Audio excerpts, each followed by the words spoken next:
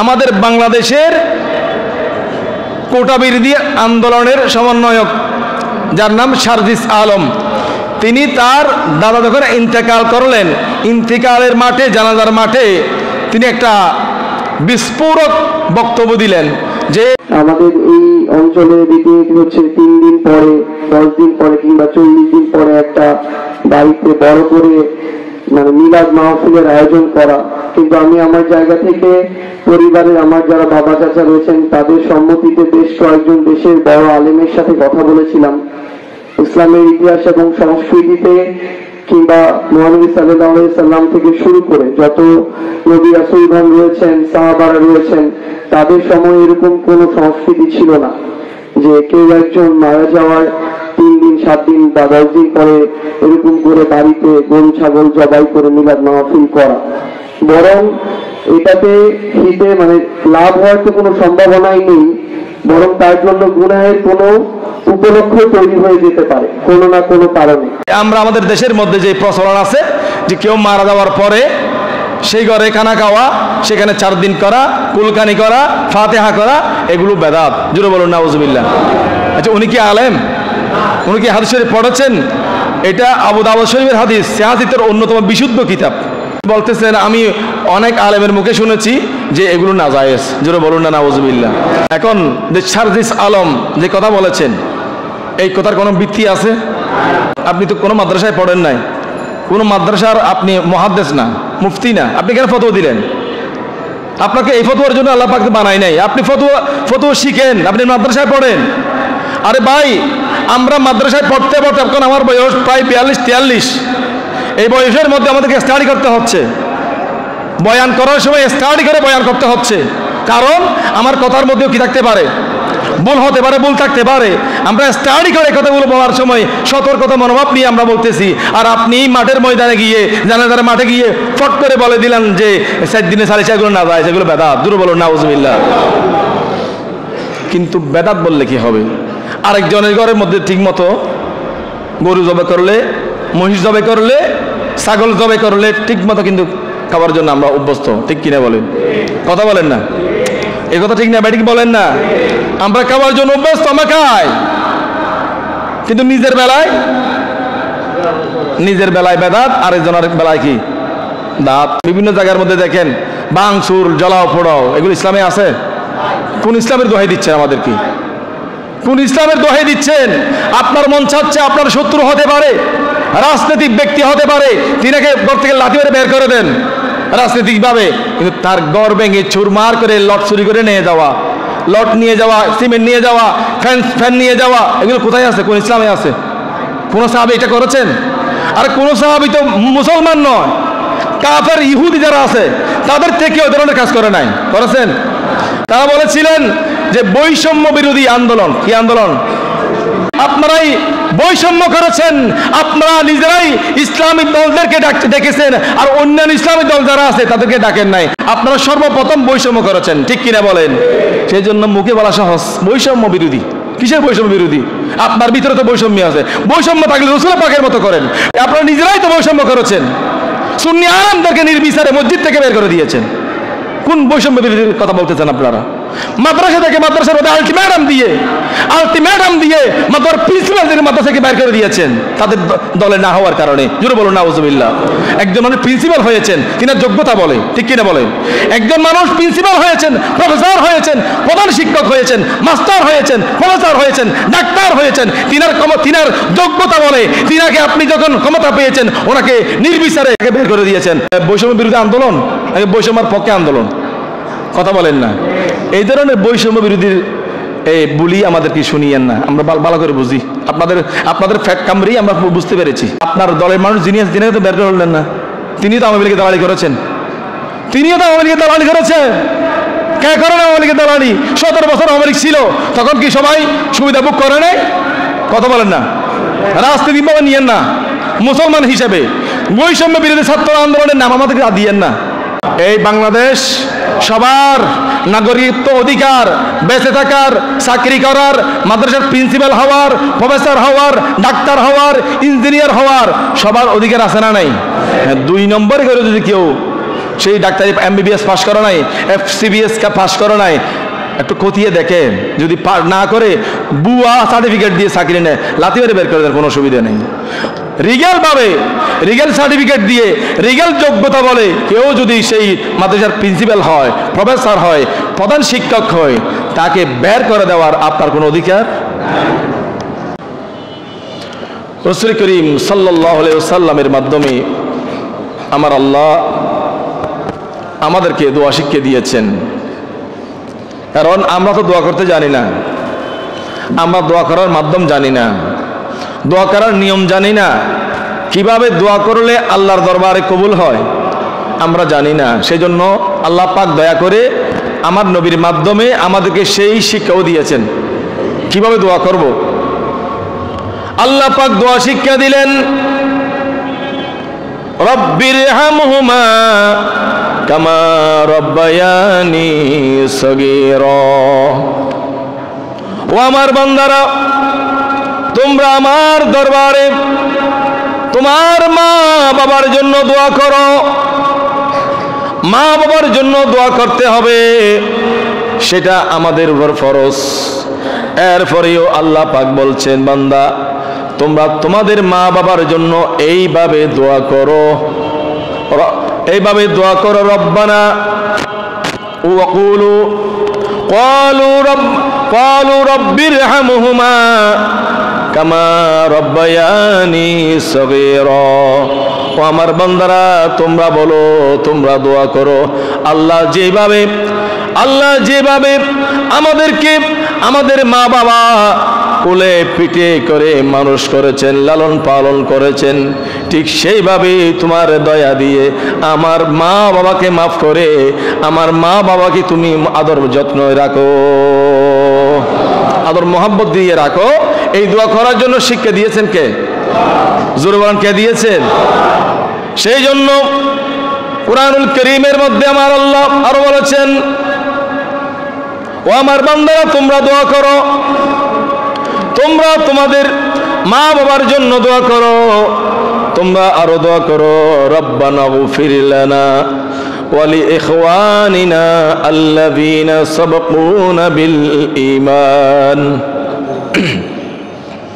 তোমরা দোয়া করো, হে আমাদের আল্লাহ, হে আমাদের রব, আল্লাহ আমাদের আগে আমাদের পূর্বে যারা ঈমান কবুল করেছেন, যাদের ঈমান ছিল, ঈমান সহকারে যারা দুনিয়ার মধ্যে ছিল, দুনিয়া থেকে যাওয়ার সময় ঈমান সহকারে দুনিয়া থেকে বিদায় নিয়েছেন, তাদের জন্য তোমরা দোয়া করো।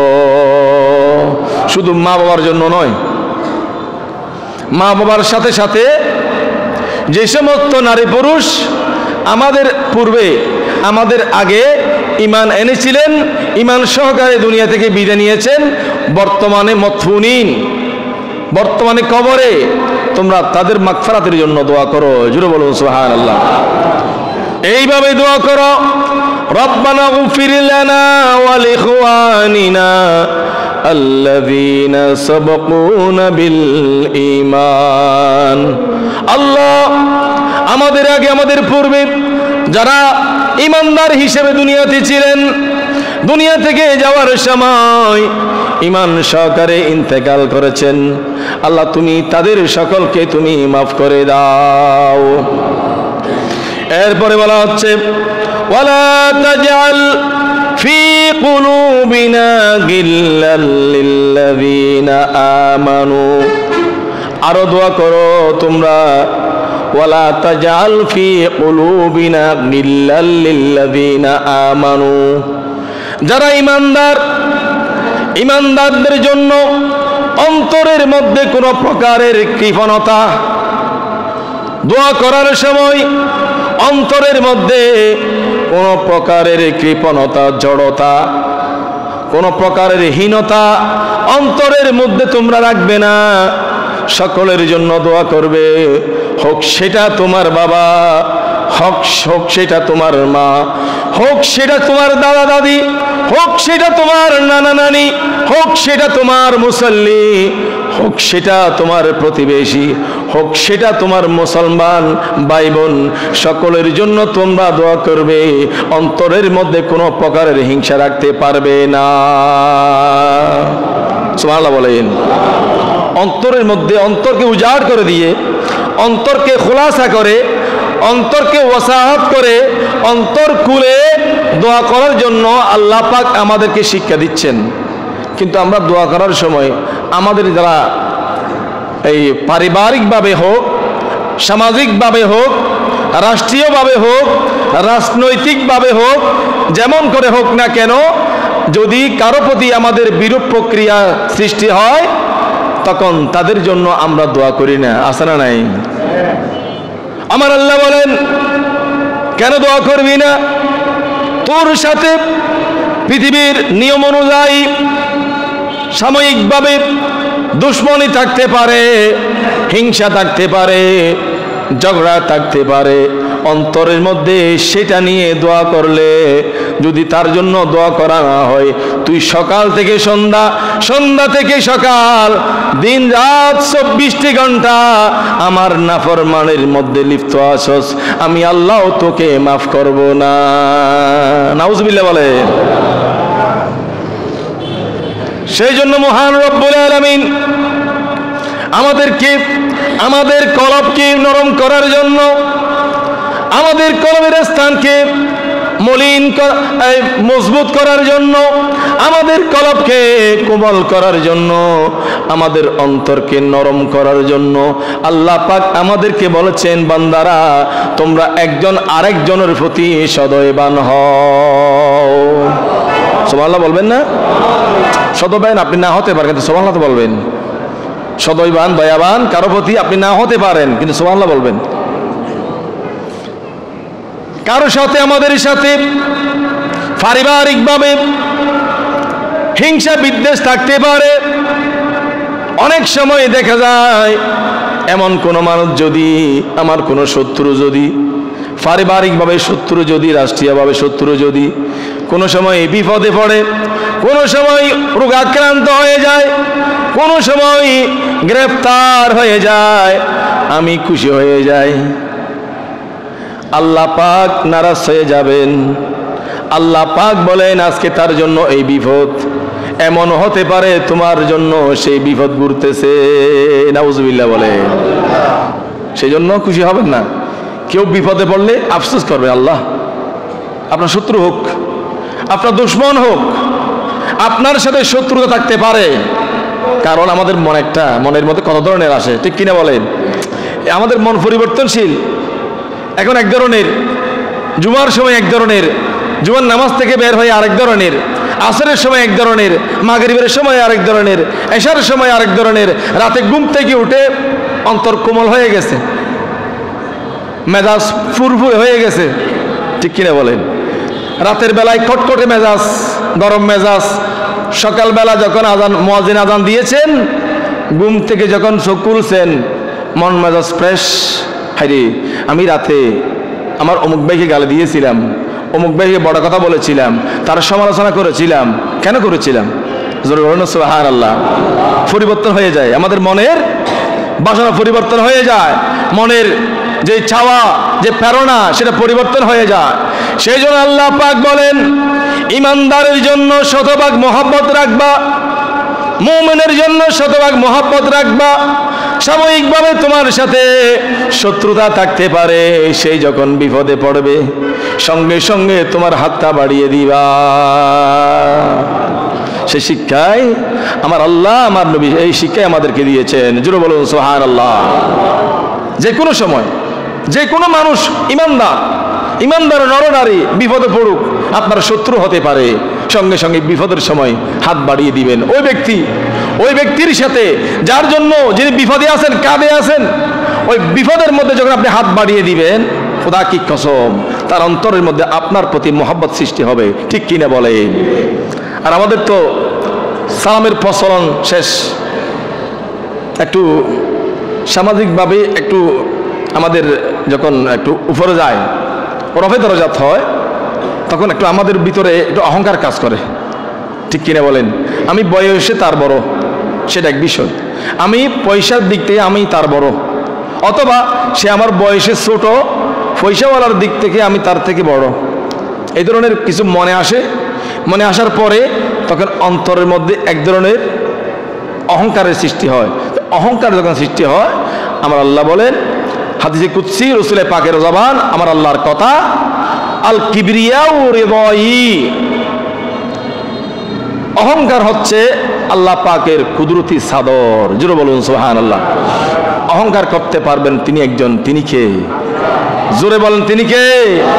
আমার নবী বলেন আল্লাহ পাক আমাকে যত নিয়ামত দিয়েছেন, ওই নিয়ামতগুলোর মধ্যে সবচেয়ে কয়েকটি শ্রেষ্ঠ নিয়ামত রয়েছে। এক নম্বর হচ্ছে আমি সর্বপ্রথম আমার রওজা মুবারক থেকে কিয়ামতের ময়দানে উঠব। কিয়ামতের ময়দানে আল্লাহর সামনে গিয়ে লিমানিল মুলকুল ইয়াউম, আমার আল্লাহ বলবেন কিয়ামতের ময়দানে আল্লাহু আকবার, আল্লাহ মহান, আল্লাহ মহান, আল্লাহ মহান। আল্লাহ পাকের চাইতে মহান দ্বিতীয় আর কেউ আছে নাকি? বলেন না আছে? সে আল্লাহ পাক মহান। আল্লাহ পাক যখন কিয়ামতের ময়দানে ডাক দিবেন, মহান আল্লাহর মহান ডাক, কিয়ামতবাসী থর থর করে কাঁপবেন, মাকবুল বন্ধ হয়ে যাবে, কথাবার্তা বন্ধ হয়ে যাবে, ইয়া নফসির শব্দ বন্ধ হয়ে যাবে, তর তর করে কাঁপবেন, সবাই কাঁপবেন। কিয়ামতের ময়দানে আল্লাহর এই চিৎকার শুনে কেউ উত্তর দিবে না। আল্লাহ পাক নিজে প্রশ্ন করবেন লিমানিল মুলকুল ইয়াউম, আজকের দিনের মালিককে? কেউ উত্তর দিবে না। উত্তর দিবেন মহান রব্বুল আলামিন। আল্লাহ নিজেই প্রশ্নকারী, আবার নিজেই উত্তর দিবেন লিল্লাহিল ওয়াহিদিল কাহার। আল্লাহু আকবার বলে। কেউ উত্তর দিবে না, উত্তর দিবেন সাহস কারো নাই। সেই সময় আল্লাহ পাক জাল্লা শানুহু কিয়ামতের ময়দানে 50,000 বছর আমাদেরকে দাঁড়িয়ে রাখবেন। দাঁড়িয়ে থাক, সারা বছর বসেছিলি দুনিয়ার জমিনে, সারা বছর বসেছিলি, আজ কিয়ামতের ময়দান, এখানে কারো বসার যোগ্যতা নাই, ক্ষমতা নাই, সবাই দাঁড়িয়ে থাকবে কয় বছর? 50,000 বছর, 50 আলফা সানা। কোরআনে পাকের আয়াত। আমার আল্লাহ বলবেন দাঁড়িয়ে থাক, দাঁড়িয়ে থাক কয় বছর? 50,000 বছর। দাঁড়িয়ে থাকতে থাকতে সবাই ক্লান্ত শ্রান্ত হয়ে যাবে। তখন শেষ পর্যায়ে লম্বা হাদিস, বুখারীর riwayat, সেদিকে যাচ্ছি না, রাসূল করিম সাল্লাল্লাহু আলাইহি ওয়াসাল্লাম আমাদের জন্য আল্লাহর কুদরতি কদমে সিজদায় পড়ে আমাদের জন্য সুপারিশ করবেন। আরো জোরে বলেন সুবহানাল্লাহ। সেই মহান রব্বুল আলামিন জাল্লা শানুর শাস্তি কত বড়! আল্লাহ পাক বলেন একজন আরেকজনের প্রতি সদয়বান হও, একজন আরেকজনকে মাফ করে দিবা। তোমরা যখন একজন আরেকজনকে মাফ করে দিবা, আমি আল্লাহ তোমাদেরকে মাফ করে দেব। আমি আল্লাহ পাক জাল্লা শানু শতভাগ রহমত নিয়ে তোদের জন্য 100 ভাগের মধ্যে 1 ভাগ রহমত তোদেরকে দিলাম, আর 99 ভাগ রহমত রেখেছি কিয়ামতের ময়দানে তোদেরকে জাহান্নাম থেকে বাঁচানোর জন্য। আরো জোরে বলো সুবহানাল্লাহ। সে আল্লাহ পাক যদি এত অপরাধ করার কারণে, আমরা এত অপরাধ করার কারণে আমাদেরকে যদি মাফ করতে পারেন, সামান্য আমার ভাই অপরাধ করেছেন, আমি কি তাকে মাফ করতে পারি না? পারি না? কিন্তু আমরা মাফ করি না। মারা যাওয়ার পরে আমরা তাদের বদনামি করি, আছে না নাই? আমার নবী বলেন কেউ যদি মারা যায় তার কোনো বদনামি করবা না, যেহেতু যিনি মারা গিয়েছেন, যিনি ইন্তেকাল করেছেন, তিনি তিনার নির্দিষ্ট স্থানের মধ্যে পৌঁছে গিয়েছেন, ওনার বদনামি করে তোমার কোনো লাভ নাই। ঠিক কিনা বলেন? আমরা বদনামি করে তাকে জাহান্নামী বানাতে পারবো না, আর সুনাম করে তাকে জান্নাতীও বানাতে পারবো না। তবে কেয়াল্লিশ লফিনির মতো ব্যাঙের উদাহরণ, কেয়াল্লিশ লফিনি উনি পক্ষপাতিত্ব করেছেন কার পক্ষে? নমরুদের পক্ষে। আর কোন ব্যাঙ ঘরের কোনায় যে ব্যাঙ থাকে, ওই ব্যাঙ পক্ষপাতিত্ব করেছেন হযরতে ইব্রাহিম আলাইহিস সালামের পক্ষে। জোরে বলুন সুবহানাল্লাহ। আপনি পক্ষপাতিত্ব করবেন ঈমানদারের জন্য। আপনার অন্তরে ওনার প্রতি যে হিংসা ছিল, ওনার প্রতি যে রাগ ছিল, যে দুশ্মনী ছিল, ওনার সম্পর্কে আপনি যতটুকু জেনেছেন, যতটুকু জানেন তিনি খারাপ, ওই খারাপ জিনিসটা আপনি ছাপ দিবেন। কি দিবেন? আপনি দেখে রাখবেন। মান সাতারা মুসলিমান সাতারাহুল্লাহু ফিদ দুনিয়া ওয়াল আখিরাহ। আমার নবী বলেছেন, যখন তুমি তোমার কোন মুসলমান ভাই বোনের দুষ্ত্রুটি গোপন রাখবা, আমার আল্লাহ জাল্লা শানুহু তোমার হাজার হাজার দোষ দুনিয়া আখিরাতের মধ্যে গোপন রাখবে। আপনি ওনার দোষ দেখেছেন, ওই দোষগুলো দেখে রাখবেন, আরেকজন যেন না দেখে না জানে। এখন আমরা কি করি? এটাকে সরিয়ে দেখছো কিরকম। আরে ভাই, আপনি যেই দোষ বের করেছেন, যেই গোপনীয় দোষ আপনি বের করেছেন, ওই গোপনীয় দোষ কি আপনার মধ্যে আছে না না একটু দেখে। এই দোষ আমার ভিতরে আছে, এই দোষ যদি আমার ভিতরে থাকে তাহলে এই দোষ কেন আরো জনের দোষ কেন আমি সবার সামনে ওপেন করব? লজ্জাজনক বিষয় না? কথা বলেন না? হয়তো মানুষ জানে না এই দোষ আমার ভিতরে আছে, যে দোষ আমি ওপেন করতেছি এই দোষ কিন্তু আমার ভিতরেও আছে, আমি কিন্তু সেদিকে দেখি নাই। সেই জন্য রাসূল পাক বলেছেন, উম্মত ওই ব্যক্তি ক্লেভার, ওই ব্যক্তি চমৎকার বুদ্ধিমান যিনি নিজের দোষ ত্রুটি পর্যালোচনা করে। জোরে বলুন সুবহানাল্লাহ। আল্লাহ পাক আমাদেরকে সেইভাবে আমল করার তৌফিক দান করুক। মারা যাওয়ার পরে আমাদের দেশে একটা সিস্টেম পদ্ধতি রয়েছে। মারা যাওয়ার পরে আমরা 1 দিন 2 দিন 3 দিন পরে 4 দিনের ব্যবস্থা করি, ফাতিহার ব্যবস্থা করি, কুলকানির ব্যবস্থা করি, 40-এর ব্যবস্থা করি, 4 দিনের ব্যবস্থা করি। ঠিক কিনা বলেন? ঠিক কিনা বলেন না? আমরা করি না? হাদিসে পাকের মধ্যে আছে 1 দিন 2 দিন 3 দিন। কথা খুব ভালো করে খেয়াল করবেন। এই কথাগুলো নিয়ে সমাজের মধ্যে খুব কুসংস্কার চলতেছে। সেই জন্য 1 দিন 2 দিন 3 দিন, মারা যাওয়া যদি মারা গিয়েছেন সেই দিন, তারপরের দিন, তারপরের দিন, 3 দিন পর্যন্ত মইয়তের ঘর থেকে কিছু গ্রহণ করা, মইয়তের ঘর থেকে রান্নাকৃত, মইয়তের ঘরে রান্নাকৃত তাদের পক্ষ থেকে আপ্যায়ন গ্রহণ করা, তাদের রান্নাকৃত ঘরের মধ্যে যিনি মারা গিয়েছেন তার পরিবার থেকে কিছু আপ্যায়ন নেওয়া, সুযোগ সুবিধা নেওয়া, সেটা নাজায়েজ, মনে রাখবেন। তার পক্ষ থেকে। সেই জন্য আমরা কেউ মারা গেলে সেই ঘরের মধ্যে রান্না হবে না। কয়দিন?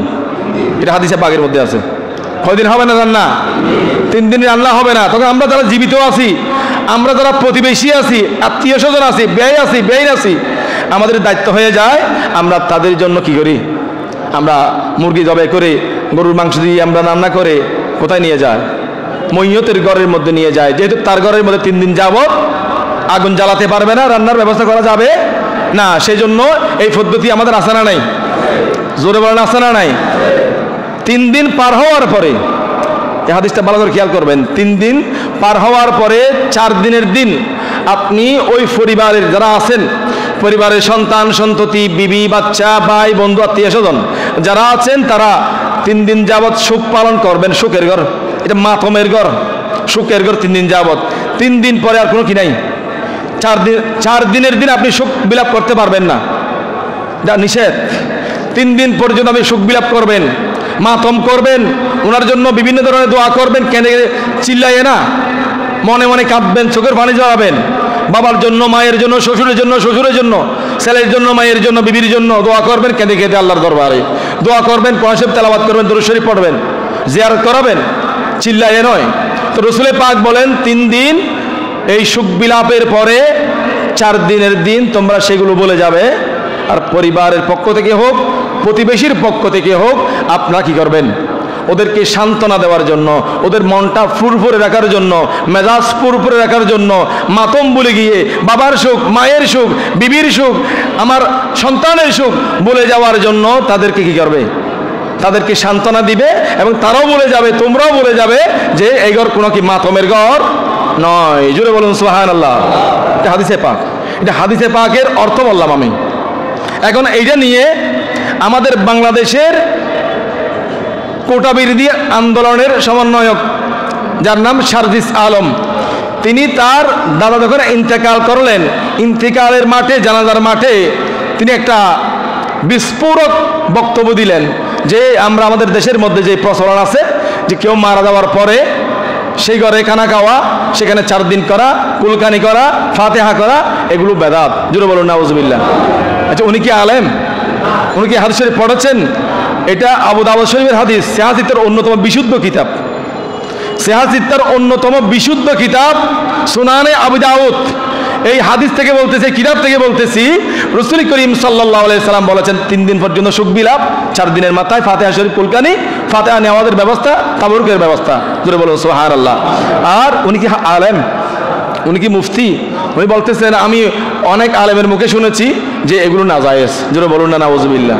ইসলামের মধ্যে আমার নবী বলেছেন, ইসলামের মধ্যে 2টা আমল সবচাইতে মূল্যবান।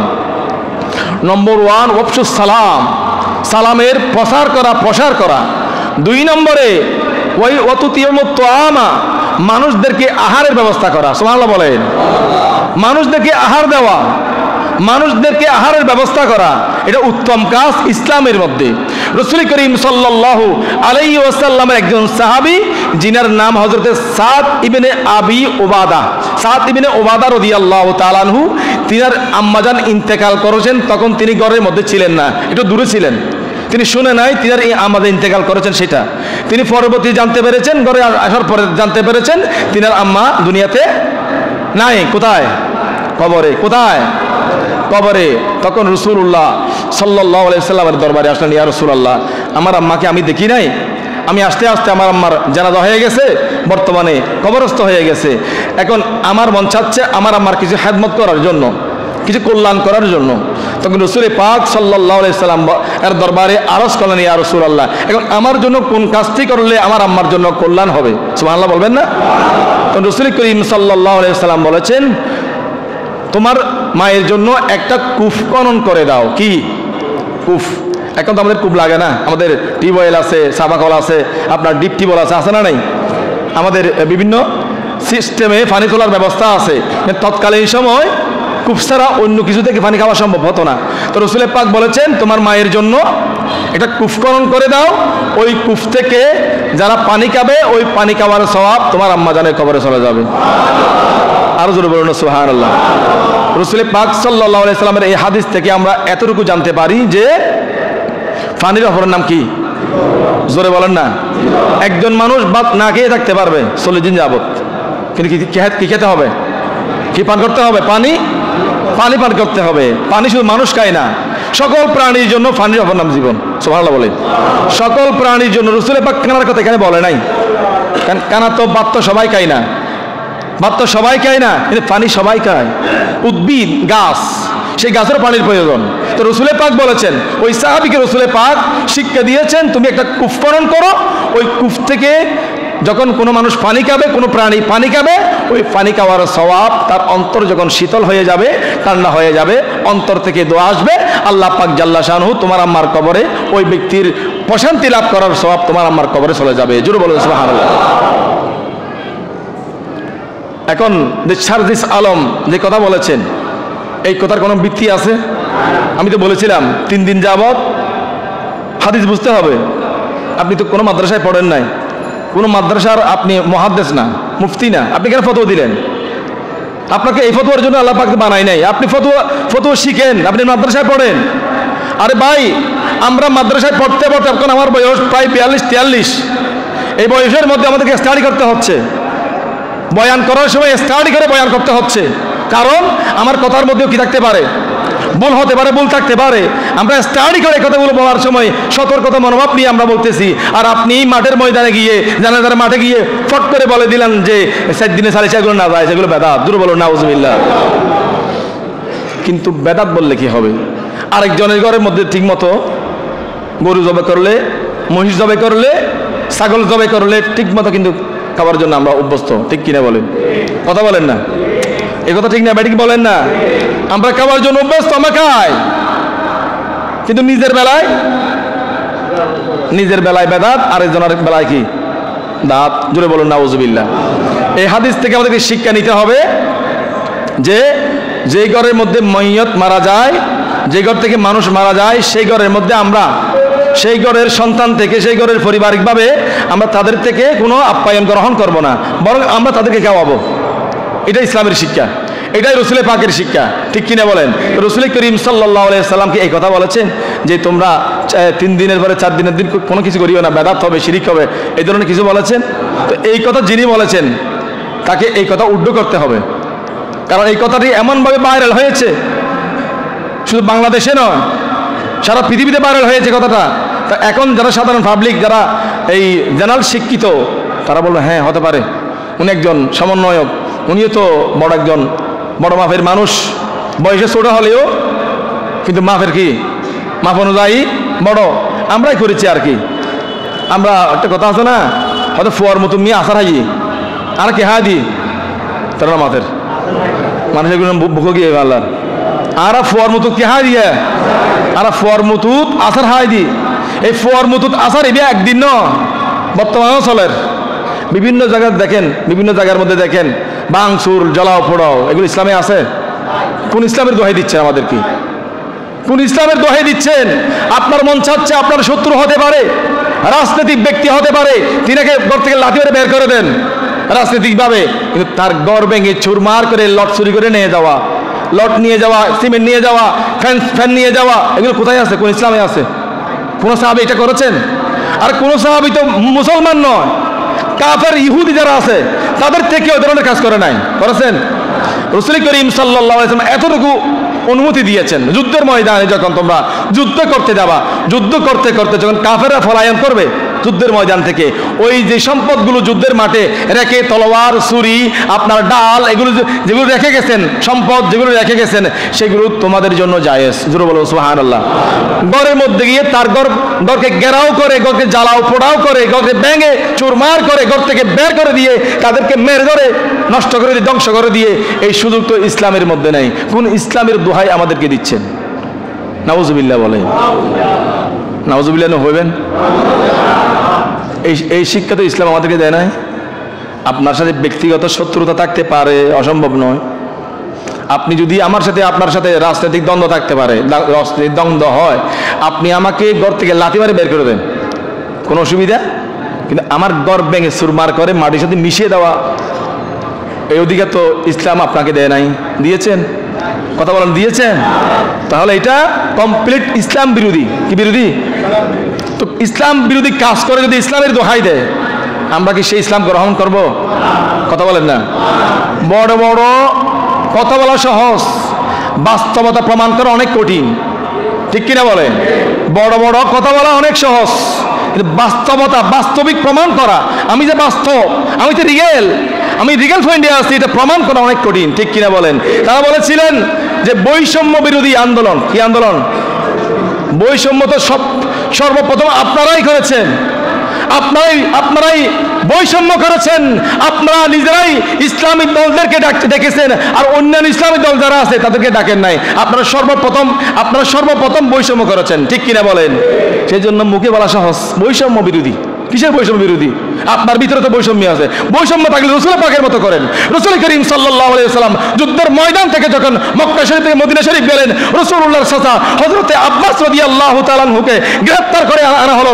রাসূল করিম সাল্লাল্লাহু আলাইহি ওয়াসাল্লাম বলেছেন, চাচা তুমি তোমার ঘর থেকে যে সম্পদ রেখে এসেছো, বলেছেন তুমি তোমার ঘর থেকে সম্পদ নিয়ে আসো, সম্পদ দিলে তোমাকে মুক্তি দেব। জোরে বলুন সুবহানাল্লাহ। অন্যান্য সাহাবায়ে কেরামরা নিয়ে আসছেন মুক্তিপণ, রাসূলুল্লাহ চাচার পক্ষে কেউ এলো না। আপন চাচা, তিনি পরবর্তী ঈমান এনেছিলেন, হযরত আব্বাস রাদিয়াল্লাহু তাআলা আনহু, তিনার সন্তানের নাম আব্দুল্লাহ বিন আব্বাস রাদিয়াল্লাহু তাআলা আনহু। তখন আব্বাস বলছেন, বাতসপুত্র, ভাতিজা, আমার ঘরের মধ্যে কিছু নাই। কেন চাচা? আপনি এখানে আসার সময় সম্পদ কি মাটির নিচে গাঁত করে রেখেছেন, আমার শাশিকে দায়িত্ব দিয়ে এসেছেন, এগুলো কোথায়? জোরে বলুন না সুবহানাল্লাহ। এগুলো কিন্তু রাসূলুল্লাহ জানার কথা না, এগুলো শুধু আব্বাস জানে, আব্বাসের বিবি জানে, আর আল্লাহ জানে। কিন্তু রাসূল পাকের জবানে এই কথা শোনার পরে আমার ভাই সেটাও জেনে ফেলেছেন, জোরে বলুন না সুবহানাল্লাহ। ইসলাম কবুল করার জন্য রাসূলুল্লাহর এই কথাটাই যথেষ্ট আব্বাসের জন্য। আব্বাস বলেন, বাতস পুত্র ভাতিজা আর দেরি করিস না, আমার ভুল হয়ে গেছে, আমি ভুল করেছি, আমি কেন আগে আগে ইসলাম কবুল করলাম না, আমাকে আর দেরি করিও না, আমাকে পড়িয়ে দাও লা ইলাহা ইল্লাল্লাহু মুহাম্মাদুর রাসূলুল্লাহ। রাসূলে পাক পরবর্তী সবাইকে মাফ করে দিয়েছেন, যাও মাফ করে দিয়েছি, যাও যুদ্ধের ময়দানে আমার সাহাবীদেরকে মেরেছো, রক্তাক্ত করেছো, তাদের সম্পদ লুণ্ঠন করেছো, নারীদেরকে শ্লীলতাহানি করেছো, সব কিছু মাফ করে দিলাম। এটাই বৈষম্য বিরোধী, এটাই বৈষম্য বিরোধী। আপনারা নিজেরাই তো বৈষম্য করেছেন, সুন্নি আলেমদেরকে নির্বিচারে মসজিদ থেকে বের করে দিয়েছেন। কোন বৈষম্য বিরোধীর কথা বলতেছেন আপনারা? মাদ্রাসা থেকে মাদ্রাসার মধ্যে আলটিমেটাম দিয়ে মাদ্রাসার প্রিন্সিপালদের মাদ্রাসা থেকে বের করে দিয়েছেন তাদের দলে না হওয়ার কারণে। জোরে বলুন নাউজুবিল্লাহ। একজন মানুষ প্রিন্সিপাল হয়েছেন, তিনার যোগ্যতা বলে, ঠিক কিনা বলেন?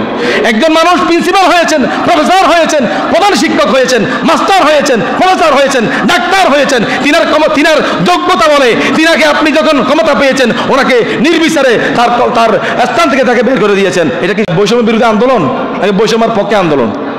কথা বলেন না। এই ধরনের বৈষম্য বিরোধীর বলি আমাদেরকে শুনিয়েন না, আমরা ভালো করে বুঝি। আপনাদের ফ্যাক্ট কামড়ি আমরা বুঝতে পেরেছি, ফেয়ারা ফ্যাক্ট হয়ে বুঝতে আর কি। কেন আপনার দলের মানুষ যিনি তো বের করলেন না? তিনি তো আওয়ামী লীগের দালালি করেছেন, তিনিও তো আওয়ামী লীগের দালালি করেছেন। কে করেন আওয়ামী লীগের দালালি? 17 বছর আওয়ামী লীগ ছিল, তখন কি সবাই সুবিধা ভোগ করে নাই? কথা বলেন না, রাজনীতিভাবে নিয়েন না। মুসলমান হিসেবে বৈষম্য বিরোধী ছাত্র আন্দোলনের নাম আমাদেরকে আর দিয়েন না, আমরা বুঝতে পেরেছি। আর দিয়েন আমাদেরকে, আমরা বুঝতে পেরেছি। আমরা আপনাদের মনোবাসনা, আপনাদের মনের দুষ্কৃতি আমরা বুঝতে পেরেছি, ঠিক কিনা বলেন? আমাদেরকে এই আন্দোলনের কথা আর বলিয়েন না। এখন আমরা আমাদের মতো করে চলবো, ঠিক কিনা বলেন? আমরা আমাদের মতো করে চলবো। যেভাবে রাসূলে পাক আমাদেরকে বৈষম্যের কথা বলেছেন, সেই বৈষম্যই আমরা মানবো, অন্য বৈষম্য আমরা মানবো না, ঠিক কিনা বলেন? আল্লাহ পাক জাল্লা শাআনহু আমাদের সকলকে রাসূলুল্লাহ যে বৈষম্য করেছেন, রাসূলুল্লাহ যে বৈষম্য বিরোধী করেছেন, আন্দোলন করেছেন, সেই বৈষম্য বিরোধী আন্দোলনের ডাক আমাদের অন্তরের মধ্যে গেঁথে রাখার এবং নিজ থেকে ডাক দেওয়ার তৌফিক দান করুক, আমিন। কারণ এই দেশ সবার, এই দেশই, এই বাংলাদেশ সবার নাগরিকত্ব অধিকার, বেঁচে থাকার, চাকরি করার, মাদ্রাসার প্রিন্সিপাল হওয়ার, প্রফেসর হওয়ার, ডাক্তার হওয়ার, ইঞ্জিনিয়ার হওয়ার সবার অধিকার আছে না নাই? 2 নম্বরে করে যদি কেউ সেই ডাক্তারি MBBS পাস করে নাই, FCBS পাস করে নাই, একটু খতিয়ে দেখেন, যদি না করে বুয়া সার্টিফিকেট দিয়ে চাকরি নেয়, লাথি মেরে বের করে দেন, কোনো অসুবিধা নেই।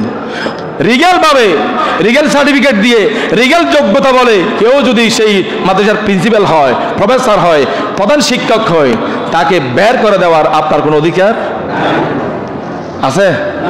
আল্লাহ পাক এই ধরনের জ্বালা পোড়াও এগুলো ইসলাম সমর্থন করে না। এগুলো ইসলাম সমর্থন করে, ইসলামের সাথে এই ধরনের জ্বালা পোড়ার সাথে কোনো সম্পর্ক। সেই জন্য আল্লাহ পাক বলেছেন, তোমার অন্তরকে নরম করো। অন্তরকে কি করো? অন্তরকে নরম করো।